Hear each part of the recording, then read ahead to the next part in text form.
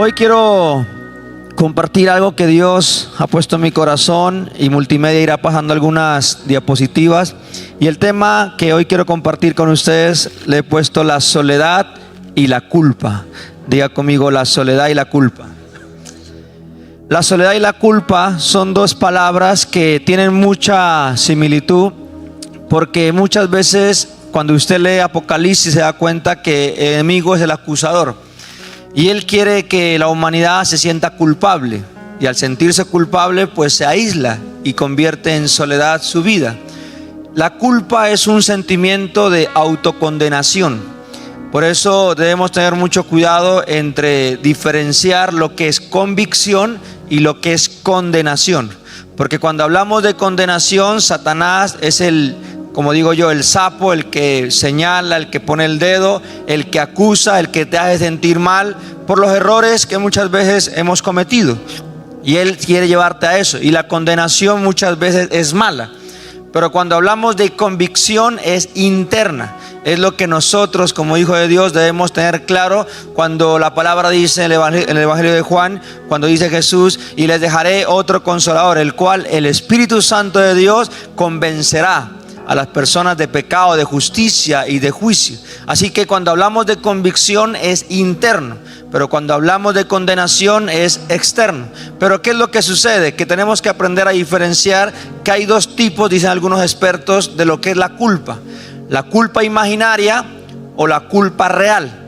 Cuando hablamos de la culpa imaginaria es cuando usted sabe que no es responsable de nada, pero usted lo logra percibir así, diciendo: yo hubiera hecho esto, no hubiera hablado esto, no hubiera hecho aquello. Y usted empieza a imaginarse cosas que no tienen nada que ver contigo. Pero también hay una culpa que es real. Y es la realidad, valga la redundancia, la cual por decisiones que de pronto tomamos equivocadas pueden traer consecuencias a nuestra vida. Ahora, no es solamente cuando no conocí de Cristo o cuando no estaba en el Evangelio. Muchas veces estando dentro de la misma iglesia, en la parte cristiana, también cometemos malas decisiones. Entonces aquí lo que debemos tener cuidado es qué dice la palabra para que usted no caiga en ese estado de la culpa. Porque hay muchas personas que se sienten culpables. Una señal que podemos ver cuando una persona está en este estado de culpabilidad es que no vuelva a la iglesia. Y dice: no me siento digno de volver a la casa de Dios, siento que este pecado le fallé al Señor, siento que no le agradé con mis acciones. Entonces el enemigo se aprovecha y empieza a mandar dardos a tu mente, ese síndrome que le decimos de demonio que viene a atacar, a perturbar, dardos que manda a tu mente, y empieza a atacar tu vida y hacerte sentir mal de las cosas que de pronto las personas han hecho. Entonces cuando hablamos de soledad también es algo que lleva por causa de la culpa, y es una experiencia que todos conocemos y en la que muchas personas viven. Bastante sufren, algunos la disfrutan y casi todo el mundo le teme.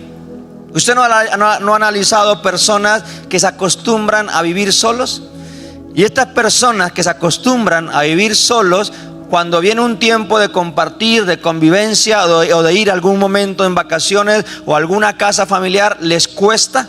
O cuando ya vivieron muchos años solos y viene alguien de visita, dicen: no me desordené la cocina, no me desordené esto, porque se volvieron personas solas, solitarias. Y hay que tener cuidado con eso, porque la soledad muchas veces lleva a otras cosas, como es la depresión y la tristeza. Mire lo que dice Hebreos 13:5, y es lo que el versículo que el pastor estaba compartiendo en un momento, pero quiero leerte este mismo versículo en la NBI. Dice la palabra del Señor: manténganse libres del amor al dinero y conténtense. A ver, ¿cuántos estamos alegres? A ver, un grito de júbilo. Siempre el pastor recuerda eso, ¿no? El pastor Emilio dice: alégrense, conténtense. Aquí la palabra lo está diciendo: conténtense con lo que tienen. Porque a veces la gente se siente culpable y frustrada diciendo: yo quisiera tener esto, anhelo aquello y el otro, y se amargan. Y por eso la culpa viene a la raíz de la amargura. Entonces tenemos que alegrarnos y gozarnos con lo que Dios nos ha dado. Nosotros tenemos un himno en mi casa con mi esposa donde dice la palabra: Señor, no me des riquezas para alejarnos de ti, no me des pobreza para desesperarnos, danos el pan de cada día. ¿Cuántos dicen amén a eso? Así que usted tiene que alegrarse, contentarse con lo que Dios le ha dado. Y usted tiene que decir: Ebenezer, Ebenezer, hasta aquí el Señor me ha bendecido, me ha sustentado y me alegro con lo que tengo hoy. ¿Cuántos dicen amén? Porque Dios ha dicho: nunca los dejaré, jamás los abandonaré. Dígale al de al lado que tiene a su persona, dígale: Dios está contigo y Él no te ha abandonado y Él no se ha olvidado de ti. Cuando tú crees, dígale así, cuando tú crees que ya terminaste, es cuando Dios apenas está comenzando. ¿Qué definición podemos encontrar sobre la culpa o la soledad? Dos conceptos. Uno, carencia voluntaria o involuntaria de compañía. Dos, pesar y melancolía que se siente por la ausencia, muerte o pérdida de alguien o de algo. Por eso cuando una persona hace un mal negocio y de pronto fracasó con un dinero grande, siempre va a haber culpa y la gente lo va a señalar. Y a veces hay personas que atacan y por algo que perdió, un dinero o un negocio que no hizo bien, empieza la culpabilidad. Entonces muchas veces la culpa son cosas del pasado y cosas del presente que aún tú no has sanado y no has entregado eso al Señor. Y por eso el apóstol Pablo es uno de los personajes que pudo batallar con la culpabilidad. Y rápidamente en 2 versículos se lo puedo explicar. Cuando usted lee el libro de Hechos, se va a dar cuenta cuando él empieza y reconoce. Hechos 2:24. En la Reina Valera dice lo siguiente: he perseguido yo este camino hasta la muerte, prendiendo y entregando en cárceles a hombres y mujeres. Mire que el apóstol Pablo está reconociendo su error. Y eso es lo que debemos tener claro. Porque el enemigo lo que quiere es que las personas no se arrepientan, no cambien su actitud, y que muchas veces de los errores hay que aprender. Dijo un predicador: o usted aprende a los totazos suyos o a los totazos de otros, pero usted aprende o aprende. Entonces el apóstol Pablo aprendió y entendió y reconoció en Hechos de los Apóstoles que él había perseguido a la iglesia, que había sido testigo de todo lo que había sucedido, de apedrear a hombres de Dios, de dar incluso sentencias. Pero cuando él está reconociendo esa culpa de lo que hizo sin conocer de Dios, vamos a leer también otro versículo muy famoso que está en 2 Corintios 5:17, que usted a veces ya se lo sabe de memoria. De modo que si alguno está en Cristo Jesús, nueva criatura es. Las cosas viejas pasaron, todas son hechas nuevas. ¿Cuántos dicen amén? Es el mismo apóstol Pablo que en Hechos está reconociendo su culpa, su error, pero que en 2 Corintios está entendiendo que ya lo superó y que no lo volverá a hacer. Y entiende que con Dios empieza una nueva historia. ¿Cuántos dicen amén? Que con Dios es una página en blanco, un cheque en blanco, donde el Espíritu Santo plasma su voluntad para tu vida y empieza un nuevo comienzo. Por eso debemos tener claro que lo que ya pasó, ya fue. Que Dios restaura nuestro pasado y lo que le importa es el presente y el futuro. Así que levante sus manos, por favor. Padre, en esta hora toda culpabilidad, todo lo que no te deja avanzar y tienes traumas, cosas en tu niñez, en tu adolescencia, en tus malas decisiones del pasado, hoy, Señor, arranca la culpa, arranca la soledad que no te deja avanzar. Reconoce, pero lleva a un arrepentimiento, a un cambio, para que Dios comience a escribir una nueva historia en el nombre de Cristo Jesús. Amén. La misma palabra también dice: por eso, si nos sentimos culpables de algo, podemos estar seguros de que Dios no nos acusa de nada. Recuerde que el acusador es Satanás. Al caído le cae. Así que Dios tiene misericordia y no se acuerda de las cosas que hicimos en el pasado. Y ahí entendemos el principio de Proverbios 28:13. Los que encubren sus pecados no prosperarán, pero si los confiesan y los abandonan, recibirán misericordia. ¿Qué es lo que Dios quiere? Que usted proceda al arrepentimiento, al cambio, y no siga en ese estado de culpabilidad. Y que cuando cometa errores, sabe que tiene que hacer: reconciliarse con el Señor, dejar eso y no volverlo a cometer, para que no venga enemigo a acusarte y hacerte sentir mal. Pero siguiendo, también yo he entendido que la soledad y la culpa puede posibilitar un carácter reflexivo. Me explico. Una cosa es diferenciar que cuando usted dice: me voy a aislar, me voy a apartar un tiempo para Dios. Eso está bien. Voy a ayunar, voy a buscar la presencia de Dios, voy a meterme a estudiar la palabra, hacer prédicas, bosquejos, etcétera. Pero es un tiempo que usted programa, que usted lo ama, que usted lo elige y que usted lo desea. Y eso es lo que Jesús hacía. Jesús salía de las multitudes, salía de sus discípulos y se iba a solas con el Señor. Y eso es importante hacerlo. Pero cuando usted lo anhela, que es diferente cuando usted no la desea, cuando hay soledad amarga, cuando hay soledad tristeza, cuando usted no soporta lo que está haciendo y hay limitaciones de nuestro carácter y nos frustramos por las cosas que ha pasado en nuestra vida. Por eso dijo, me acuerdo tanto el personaje Robbie Williams, antes de quitarse la vida dijo lo siguiente en una carta: no es lo mismo estar solo que estar con alguien que me haga sentir solo. Y hay personas que están con familia, tienen cosas, pero se sienten solos, se sienten aislados. Y ahí debemos tener cuidado, porque cuando la gente se encierra, los llaneros solitarios, y se aíslan, es porque en ellos hay un estado todavía de culpabilidad. Pero nosotros debemos saber, cuando Dios toma el control de las áreas de nuestra vida, Él da paz, consuelo, gozo, alegría. Y que todo lo que sembramos con lágrimas, con gozo segaremos. Pero que Dios es el que puede dar esa paz y esa tranquilidad. Cuando usted va a la presencia de Dios y le entrega a Dios todas sus situaciones y lucha o pruebas que usted está viviendo. Entonces ahí debemos diferenciar. Por eso el mismo salmista en el capítulo 27, verso 10, en la NBI dice lo siguiente: aunque mi padre y mi madre me abandonen, el Señor me acogerá. Diga a la persona que tiene a su lado: tú estás con el Señor. Tú y Dios son mayoría. No estás solo. Hay gente que dice: ay, pastor, me siento solo, nadie me quiere, soy la oveja negra, me frustro. Hay un mecanismo de defensa que todo es malo. Es una persona emocional, bipolar. Hoy estoy bien, mañana me entristezco. Y cualquier cosa que si no me saludaron, si no me vieron, no estuvieron pendiente de mí, me siento mal. Y debemos tener claro que así padre y madre te dejaran, Dios tiene el control de tu vida. Y tú no estás solo. Dígame amén, por favor, a eso. El Salmo 139, versos 7 al 10, hay unas preguntas que el texto hace. ¿A dónde podría alejarme de tu espíritu? ¿A dónde podría huir de tu presencia? Verso 8. Si subiera al cielo, allí estás tú. Si tendiera mi lecho en el fondo de los dominios de la muerte, también estás allí. Si me elevara sobre las alas del alba, o me establecieras en los extremos del mar, aún allí tu mano me guiaría, me sostendría tu mano derecha. Dios es omnipresente, omnipotente, omnisciente. Dios está en todos lados. Él es el mismo ayer, hoy y por los siglos. Y si Dios te ayudó en el pasado, te ayudará en el presente. Si Dios hizo un milagro, te liberó, restauró, hizo algo o cumplió un anhelo de tu corazón, lo seguirá haciendo, porque tú no estás solo. Dios está contigo. Dígame a eso. Dele un fuerte aplauso al Señor si usted lo cree por la virtualidad. Reciba esta palabra para su vida. Pero algo que he aprendido es que la soledad la podemos enfocar en dos cosas. Primero, soledad física, y segundo, soledad emocional. Cuando yo me hago o refiero a la soledad física rápidamente, es por la pérdida de un ser querido.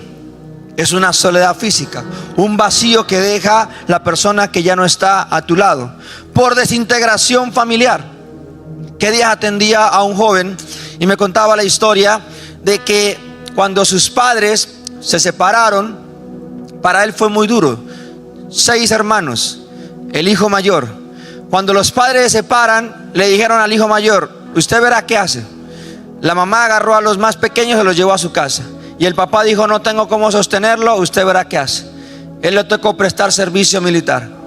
Y cuando él presta servicio militar, empieza un estado de depresión y de culpa. Y él amaba tanto a su padre como a su madre.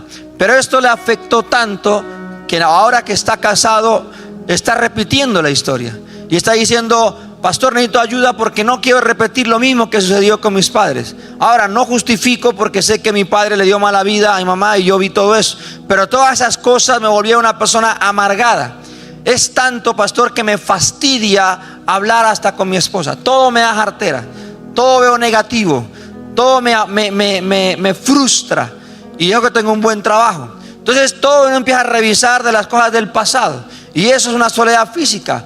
Por culpa de la desintegración de sus padres, le afectó cuando era adolescente y marcó su vida. También es por cambio de lugar de residencia. Ahora las personas toman decisiones de irse rápido a otro lugar, a otro país, porque de pronto la situación no está bien en un lugar, pero eso también afecta y trae soledad. O cuando nuestros amigos se van de vacaciones y nos dejan solos. Algunos con los que trabajo con los jóvenes me dicen, cuando viene la época de diciembre, ya uno suspende algunas actividades de la red, grupos bíblicos, y me dicen, pastor, ¿cómo me hace falta las reuniones, los grupos, servir? Porque ustedes prácticamente son mi familia. Yo comparto más con ustedes que a veces hasta con mi propia familia. Entonces a veces cuando se suspende alguna actividad de la iglesia, claro, ellos empiezan a decir, uy, me hace falta estar activo, estar ocupado en las cosas del Señor. Y también hay una soledad emocional, que es por la ruptura de una relación amorosa, por una pelea de alguien a quien queremos y después tenemos que pedirle perdón, por arrepentimiento de algo que no debió hacerse o decirse, o por un carácter orgulloso. Recuerde que cuando usted cae en el estado de la culpa y la soledad, también hay personas que caen en el estado del orgullo, de la altivez, del ego, la vanagloria. Y a veces recuerde lo que la palabra dice, que Dios al altivo lo ve de lejos. Y hay personas soberbias, altivas, que terminan también en soledad por culpa de este temperamento. Pero ¿qué consejos quiero darle para vencer la culpa y la soledad? Diga conmigo, tener pensamientos positivos hacia las personas. Tenga buenos pensamientos hacia las personas. Amar a Dios sobre todas las cosas y amar al prójimo como a ti mismo. Tenga buenos pensamientos positivos de las personas. No hable mal de ellos. No los juzgue, no los critique. Recuerdo cuando estudiaba seminario bíblico, un maestro dijo, no señales, no ataques a alguien porque a veces las cosas se pueden voltear. Y que no sean a ti el que te están dando el consejo o te están acusando. Muchas veces nosotros atacamos, miramos el pecado de otro y no nos revisamos nosotros mismos. Somos buenos para echar culpas. Cuando uno atiende a parejas, yo he aprendido más bien a atenderlos a la vez, un cara a cara. Porque uno atiende a ella y habla del esposo, es que mi esposo es esto y es todo malo. Al otro día atiendo al esposo y es que mi esposa todo lo malo. Y al tercer día digo, bueno, sostengan lo que me dijo ayer y anteayer, y se quedan callados. Y ya les da pena decir. Porque somos buenos para echar culpa, pero nos cuesta reconocer cuando fallamos. Amén o ay. Tener buena autoestima o no exagerada ni menospreciada es otro consejo. Echar fuera todo orgullo que nos esté llevando a la soledad. No echarle la culpa a los demás, sino tener o hacer crecer nosotros un corazón perdonador. Diga conmigo, un corazón perdonador. No echemos culpas. Ay, es que esta persona, no. Ay, es que ese esposo que el Señor me dio, ¿acaso usted lo obligaron? A veces son nuestras malas decisiones que vivimos consecuencias. Y por eso no podemos echar culpas de las cosas que estamos viviendo. Tener firmes convicciones y dependencia de Dios. Y lo más importante de todo, dejar que Jesús entre a nuestra vida y permitirle que Él sea nuestro amigo fiel y verdadero. Que así te dejara quien te deje, sabes que tienes al amigo verdadero que se llama el Espíritu Santo de Dios. Salmos 23:4 en la NBI dice, aún si voy por valles tenebrosos, no temeré ningún mal, porque tú estás a mi lado. ¿Cuánto dicen amén? Tu vara y tu bastón me reconfortan. Así que si tú estás con Jesús, nunca estarás solo. Vive para Él, sírvele a Él. Y quiero concluir diciéndote esto. Es la idea, escúchame, de no poder salir de la soledad lo que la convierte en una cadena o la falta de confianza en nuestras posibilidades y disminuye la esperanza de salir de la soledad y aumenta nuestra tristeza. Si tú quieres ser libre de toda soledad, tienes que comenzar, escúchame iglesia, a creer que Jesús está contigo y que no te va a dejar ni desamparar. Sabe que yo estaba haciendo un estudio y mire lo que sucede. Para ir cerrando este mensaje, la pregunta es, ¿de qué nos culpamos? Diga conmigo, ¿de qué nos culpamos? Y esta encuesta se la hice a todo tipo de personas, niños, jóvenes, adultos, casados, separados, divorciados, padres o madres solteros. Y mire las respuestas de qué nos culpamos muchas veces. De no ser disciplinados. Hay gente que dice no soy disciplinada, es una culpa. De no buscar a Dios antes, y decimos, yo hubiera buscado al Señor tiempo atrás, pero usted llegó en el momento que llegó y punto. O ha pasado algo en mi vida sexual que me frustra y me siento culpable de ello. De entregarle mi corazón a personas incorrectas, es algo que la gente siente culpable. De no honrar a mis padres.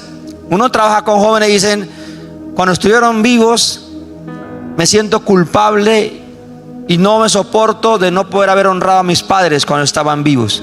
Hay gente que todavía se siente culpable de eso. De abortar, de adicciones, de comida, de juegos, de que fui infiel, de que estudié lo que no quería. ¿Has hablado con gente así? Yo hubiera querido estudiar esto, pero terminé estudiando otra cosa. O trabajé de lo que no estudié, o sea que la carrera la dejé ahí. Desorden financiero también. De no poder terminar mi carrera, la dejé a medias, no terminé ese ciclo. De que he robado en mi familia o en mi trabajo, de que no llegué virgen al matrimonio. El divorcio de mis padres, pero ahí es una culpa imaginaria, porque ahí no tiene nada que ver. El hecho de que tus padres hayan separado no es culpa tuya. De que me abusaron sexualmente también es una culpa imaginaria, porque no tiene nada que ver contigo. O no luché por mi matrimonio y lo terminé perdiendo. Hay gente que así llora, pierde y duele y está de luto. He maltratado a mis hijos, no pedí ayuda a tiempo o ejercí la prostitución. Y muchos más ejemplos de que la gente está sintiéndose culpable y en soledad. Pero cuando nosotros sabemos que tenemos al Espíritu Santo a nuestro lado, Él empieza a hacer una sanidad y borra todos esos malos recuerdos y empieza a escribir una nueva historia en cada uno de nosotros. ¿Cuántos dicen amén a eso? Colóquese en pie, por favor, y oramos a Dios. Colóquese en pie. Padre, en esta preciosa hora te damos gracias por tu preciosa palabra. Señor, si aquí hay alguien o en la virtualidad que está luchando con la culpa y con la soledad, Señor, tu palabra es clara de que debemos confesar, Señor, porque los que encubren sus pecados no prosperarán, pero si los confesamos y abandonamos, recibiremos misericordia.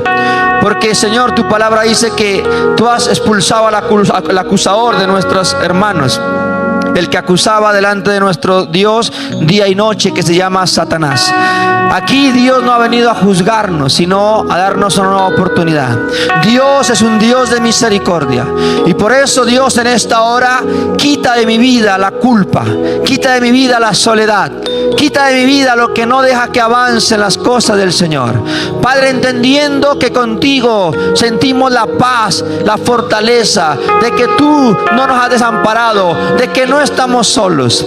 Señor, quita de nosotros la culpa imaginaria. Y si hay culpa real, Señor, permite que la reconozcamos, confesemos, pero nos arrepintamos y cambiemos nuestras acciones para tomar nuevos rumbos, nuevas direcciones. Por eso, Dios, nos enfocamos en ti. Jesucristo es aquel que puede entender y comprendernos, porque es el abogado que entiende y comprende nuestras luchas, nuestras decisiones, ha comprendido toda nuestra vida. Por eso, Dios, en esta preciosa hora te pedimos perdón si aún nos sentimos culpables de algo del pasado o del presente, o algo nos está afectando y no nos deja avanzar. Hoy entrégala a Dios, suelta, renuévate en el Señor. Permite que la presencia de Dios haga algo nuevo, renueve tus pensamientos, tu corazón, y empiece a plasmar una nueva historia. Que lo que ya pasó ya fue, lo que importa es el ahora. Sal del estado de la culpa, sal del estado de la soledad, y el Espíritu Santo es aquel que consuela. Bienaventurados aquellos que se quebrantan, porque ellos recibirán consolación. Bienaventurados, Señor, los misericordiosos, porque ellos recibirán misericordia. Nosotros no tenemos el papel de juez, de acusar, de señalar. No, tenemos, Señor, la mirada puesta en ti. Por eso te amamos, Señor, y nosotros oramos